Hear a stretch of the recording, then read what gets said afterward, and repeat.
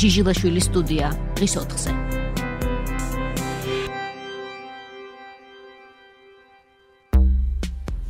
გამარჯობა, ეთერშია ჟიჟილაშვილის სტუდია. ჩვენ დღეს ორ სხვადასხვა საკითხზე ვისაუბრებთ და ვომასპინძლებთ პოლიტიკურ სპექტრს. პირველი თემა: ვანო მერაბიშვილის საკნიდან შესაძლო გაყვანის ფაქტზე პროკურატურამ გამოძიება დაიწყო და მეორე თემა: პრემიერ-მინისტრი გიორგი კვირიკაშვილი პარლამენტს მოუწოდებს პოლიტიკურ ძალთა ქცევის კოდექსი უმოკლეს დროში მიიღოს.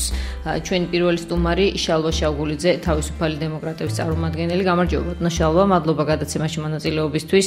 ბატონო შალვა, როგორ შეაფასებთ ვანო მერაბიშვილის ციხიდან გაყვანის ფაქტზე მთავარ პროკურატურაში საქმის ძიების დაწყებას? გამარჯობათ. მადლობა გადაცემაში მონაწილეობისთვის. მე მაინტერესებს როგორ შეაფასებთ პირველ რიგში ყოფილი პრემიერის და შინაგან საქმეთა მინისტრის ვანო მერაბიშვილის ციხიდან გაყვანის შესაძლო გაყვანის ფაქტზე მთავარ პროკურატურაში საქმის ძიების დაწყებას. მივესალმები რადიო მსმენელს, დიდი მადლობა ჩართვისათვის.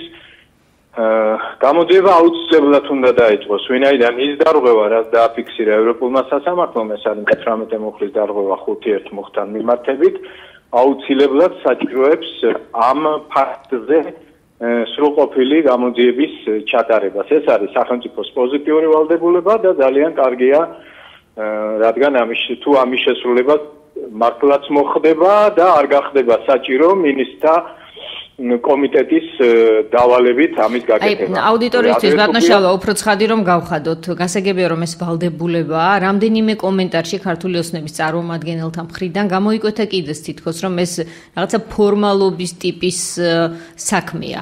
აი თუ კი მართლაც დააღმოჩნდება რომ ეს ფორმალობაა, უბრალოდ ვალდებულების შესასრულებლად, მაშინ რაღა დამატებითი პასუხისმგებლობა შეიძლება დადგეს თუ შეიძლება რომ აუდიტორიას გააცნოთ. ევროპულმა სასამართლომ თქვა რომ დარღვეული იქნა ძალიან სერიოზული უფლება 18 მუხლი მე-5 მუხთან მიმართებით. ეს რას ნიშნავს? რომ მისი წინასწარი პატიმრობა ვანო მერაბიშვილის გამოყენებული იქნა არა კონვენციით გათვალისწინებული მიზნებისათვის, არამედ სხვა მიზნებისათვის, რასაც კრძალავს 18 მუხლი. და ესეთ შემთხვევაში და გადაწყვეტილებაში ევროპულმა სასამართლომ იმაზეც მიუთითა, რომ სახელმწიფომ სათანადო გამოძიების არ ჩატარებით არ მოახდინა უარყოფა ვანო მერაბიშვილის იმ გამოხატული პოზიციისა, რომ ის გაიყვანეს სინამდვილეში იმ მიზნით, რომ მასზე შემდგომ ახორციელებდნენ ზეწოლას, რათა გამოეძალათ გარკვეული ჩვენებები მისგან. ეხლა და ევროპულმა სასამართლომ მიუთითა, რომ ამ ფაქტის, ამ განცხადების, პატიმრის ამ განცხადების შემდეგ გამოძიების არ ჩატარებით სახელმწიფომ სწორედ დაარღვია აი ეს უფლება. ვინაიდან მან სრულყოფილი გამოძიებით არ უარყო ეს ვერსია. ეს აუცილებლობით საჭიროებს ვიმეორებ გამოძიების ჩატარებას. თუ არა და მოხდება რა, ბატონო შალვა?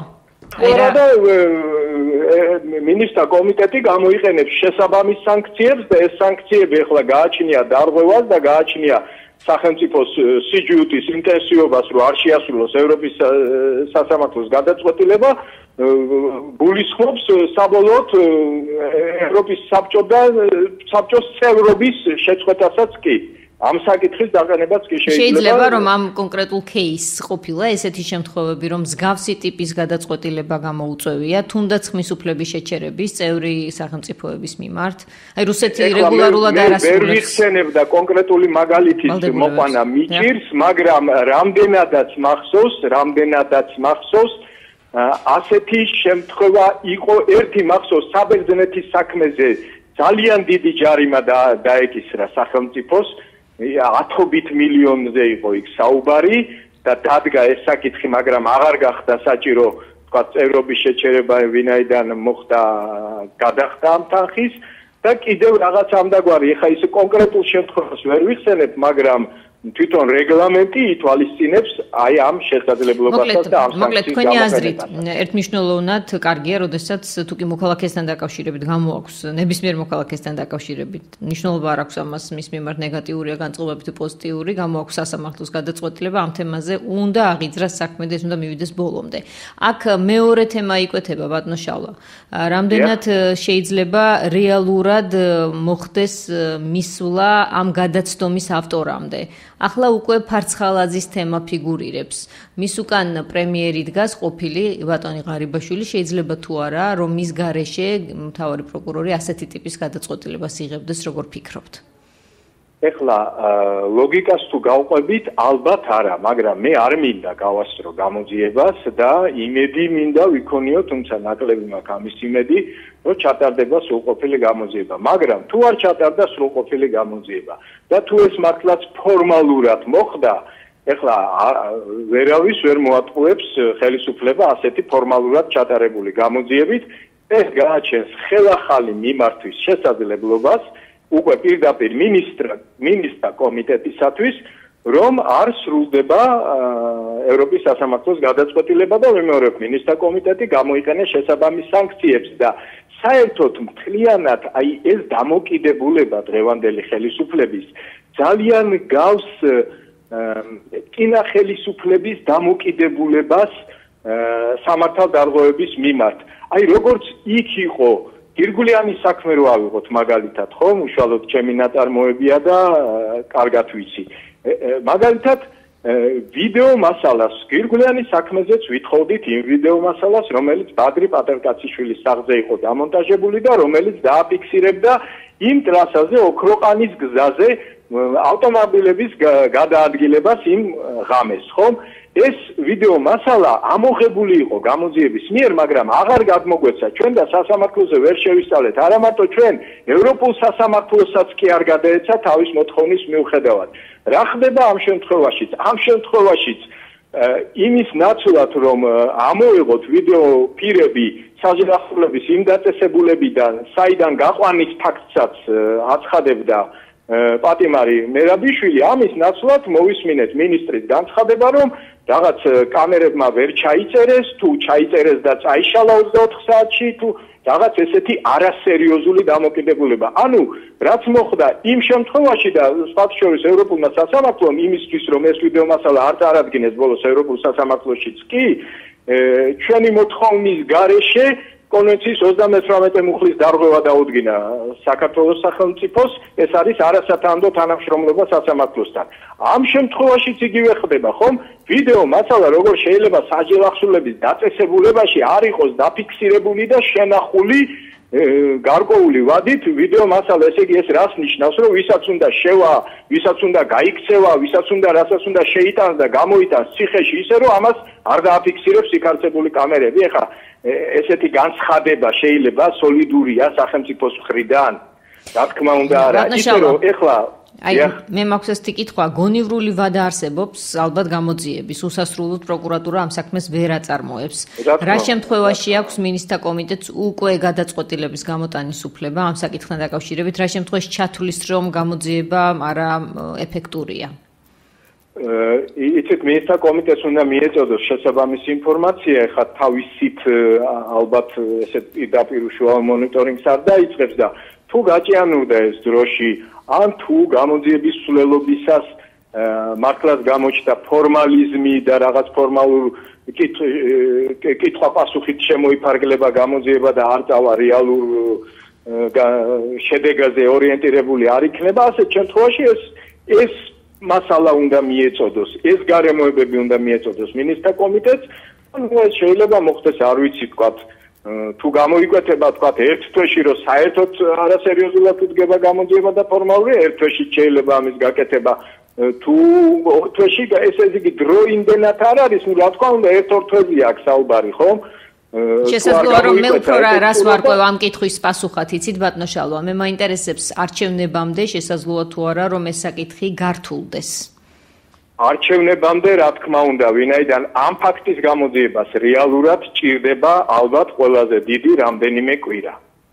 და თუ ეს არ მოხდა, ვიმეორებს სრულყოფილი ობიექტური გამოძიება მაშინ უნდა მიეწოდოს და ალბათ ადვოკატები ახლა ჩემი რჩევის გარეშეც გააკეთებენ იგივეს და უნდა შემდეგ მინისტრთა კომიტეტი მოახდენს შესაბამის რეაგირებას. და მოდით ვისარგებლებ თქვენი ეთერში ყოფნით კიდევ ერთხელ აუდიტორიისთვის განუმარტოთ რა წერია სტრასბურგის გადაწყვეტილებაში პოლიტპატიმრობის თემა არის თუ არა სადმე და ვანო მერაბიშვილის უკანონო პატიმრობის თემა შესაბამისად ვალდებულება რომ ის საქართველოს ხელისუფლებამ გამოუშვას. არა, აქ პასუხი არის ცალსახად არა. და მე სიმართლე გითხრათ, მიკვირს რაში სჭირდებათ ამ დამატებითი რაღაც დატვირთვის მიცემა ამ გადაწყვეტილებისათვის, რომელიც ისედაც ძალიან სერიოზულ დარღვევას აფიქსირებს ვანო მერაბიშვილის მიმართ სახელმწიფოს მხრიდან. ვინაიდან აქ წერია რა, რომ მე-18 მუხვი რაზე მიუთითებს კონვენციის, რომ კონვენციით გათვალისწინებული შეზღუდვები შეიძლება განხორციელდეს მხოლოდ კონვენციით გათვალისწინებული ლეგიტიმური მიზნებისათვის. ხოლო მე-5 მუხთან მიმართებით რახან არის ეს დარღვევა? მე-5 მუხლი გარკვეული ლეგიტიმური მიზნებისთვის დასაშვებად მიიჩნევს პატიმრობას, ანუ თავისუფლების შეზღუდვას, ხომ? და ეს ლეგიტიმური მიზნები არის, რომ კონკრეტულ იმ საქმეზე გამოძიების სრულყოფილი ჩატარება, რომ ბრალდებული არ მიიმალოს და თავი არ არიდოს გამოძიებას, ხელი არ შეუშალოს მტკიცებულებების გაყალბები და ასე შემდეგ და ასე შემდეგ.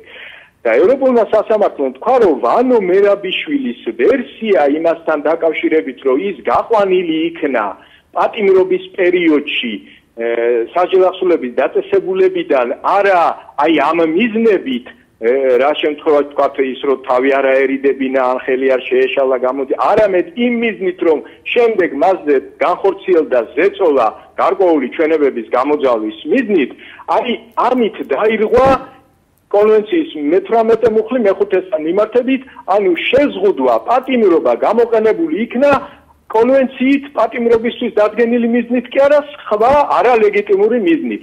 ეს ისედაც სერიოზული დარღვევაა, მაგრამ ეს ავტომატურად არ ნიშნავს, რომ ეს სხვა არალეგიტიმური მიზანი არის პოლიტიკურად მოტივირებული. ეხლა მარტო ის ფაქტი, რომ ვანო მერაბიშვილი არის პოლიტიკური ფიგურა, არ ნიშნავს, რომ მის მიმართ ჩადენილი რაიმე დარღვევა სახელმწიფოს მხრიდან, კონვენციით გათვალისწინებული უფლების დარღვევა, ნიშნავს პოლიტიკური ნიშნით ამის დარღვევას. არამც და არა. აი ბატონო, აქვე რამ გადაწყვეტილებაში ნამდვილად არ წერია და მე მაგალითად ნამდვილად სიმართლე გითხრათ, მიკვირს რა საჭიროა ამ გადაწყვეტილებაზე რაღაც დამატებითი იქ არ არსებული მოტივაციების დამატება, როდესაც ისედაც თავისთავად არის ძალიან სერიოზულ დარღვევაზე მიუთითებს სახელმწიფოს მხრიდან და მე ვფიქრობ, სწორედ ამაზე არის სწორი აპელირება. და ბოლო შეკითხვა, მე მაინტერესებს დარწმუნებული ვარ აუდიტორიასაც უჩნდება ეს შეკითხვა. სტრასბურგის სასამართლომ დისტანციურად რა ფაქტებზე დაყრდნობით დაადგინა, რომ ნამდვილად გაიყვანეს ვანო მერაბიშვილი მით უმეტეს ჩანაწერების არარსებობის პირობებში საკნიდან. აი საქართველოს პროკურატურა ამბობს, რომ შესაძლო გაყვანის ფაქტზეა დღეს საქმე აღძრული.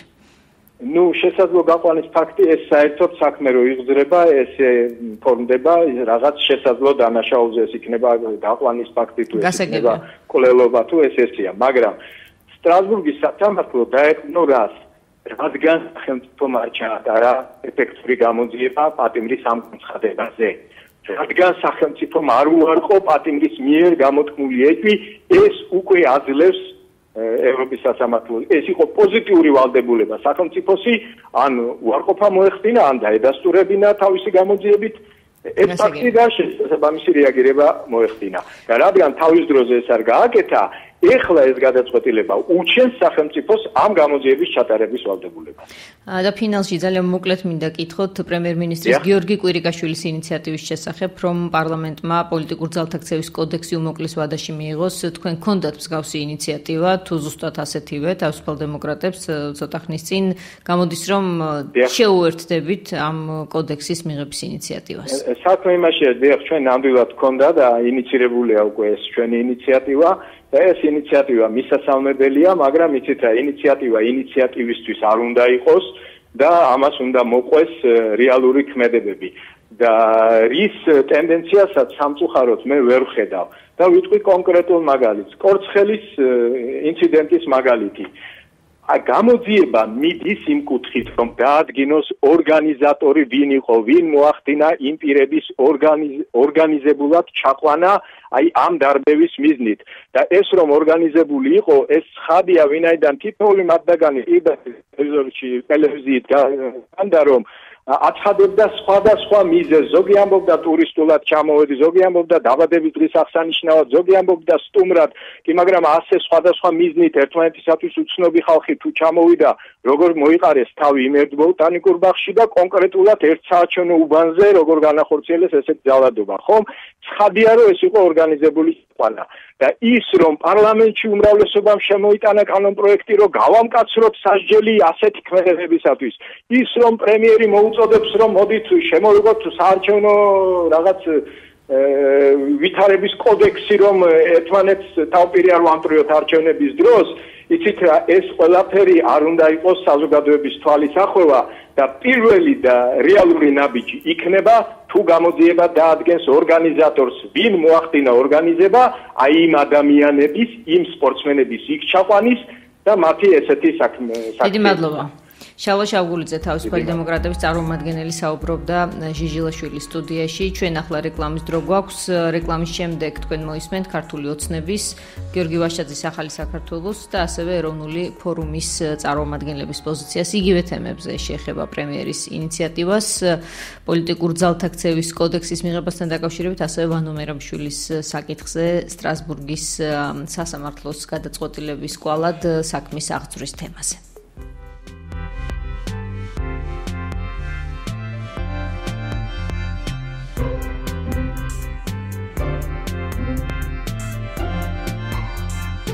ჟიჟილაშვილის სტუდია დღის 4-ზე.